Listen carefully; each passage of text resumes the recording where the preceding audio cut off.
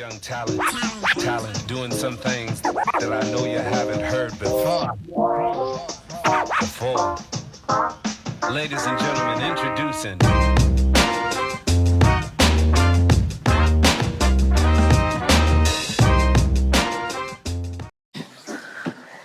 Why Moda and what is Moda? I'd like to abbreviate Moda as morsels of daily alchemy. What would you think Moda means to you? Moda is something which we sit on. Once our service gets over, we sit on it. We ramble about what happened on that particular day, what kind of guests we served, and what we cooked. It's more like a debrief of sorts, I would say. Right. But that to me is Moda. And that could transcend and become something much more evident or much more predominant in times to come. Yeah, so for me, Moda is like a debrief. Right. Is like a debrief. Normally, people would carry a Coke can. Some will be having smoke in their hands as well. A cup of coffee. Cup of coffee. Cup of coffee as well. Yeah. But that's what Moda is. Moda is where we ramble, where we talk, where we bitch about few things.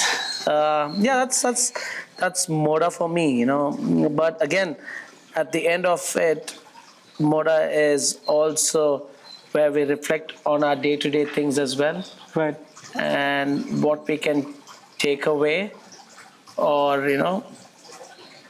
ponder on. Yeah, I mean, in this day of information and where everything's really accessible, there are some intangibles about working in a kitchen that doesn't get said a lot, or at least sugar-coated to, the general audience outside a kitchen. I mean, there are other podcasts out there that do talk about kitchen life, but then again, here we want to give you a slice of the kitchen life. More, I would say the chef's life. The chef's life, yeah. Hashtag chef life.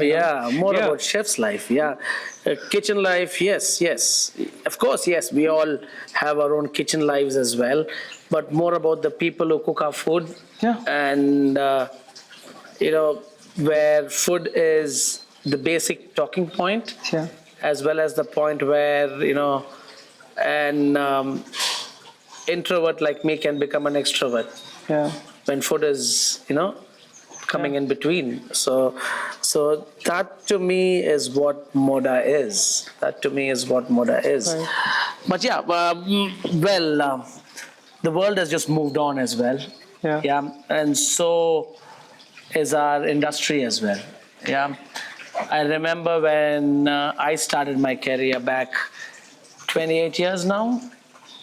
If I say 28 years, might sound a bit old, 28 years now. At that particular time, I still remember there were 3 batches, and each batch had 37 students.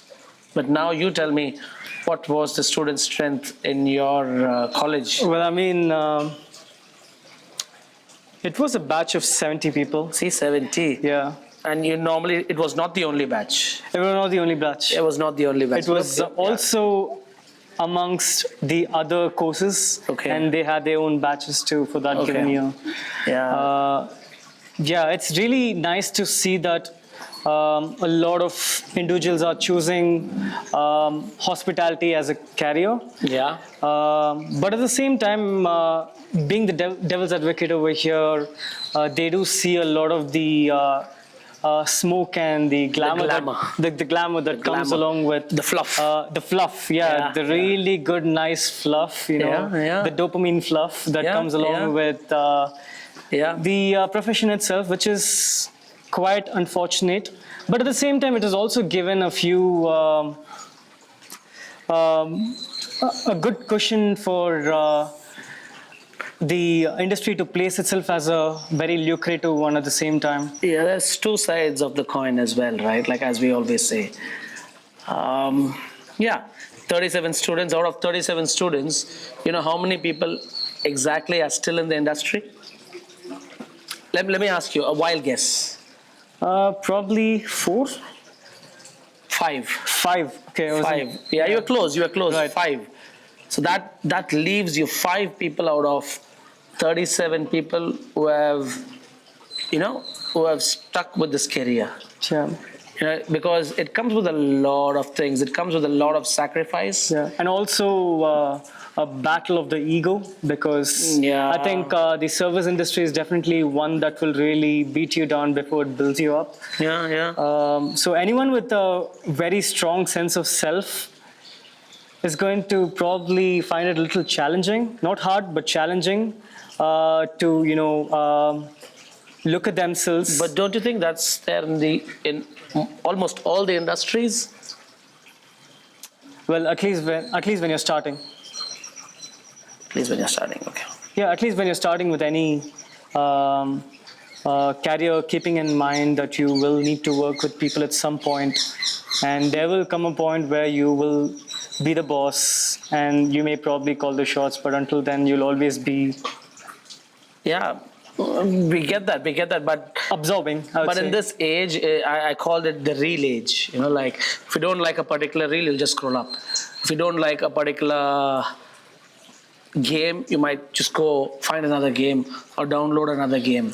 I think the earliest form of the reel culture probably started with our TVs, where we would just switch channels because we didn't find anything interesting. See, but that again, it had its own little tangibles around it as well.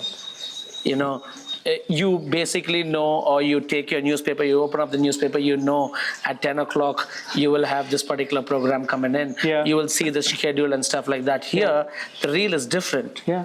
You don't know what you're going to get next. Yeah. Unless your feed is cooked. Yeah, unless your feed is cooked. Otherwise, you don't know what We'll exactly. probably have an episode with food and our algorithm in another episode. Yeah. So yeah, this is what we are going to do. We are going to talk about food, the people around food.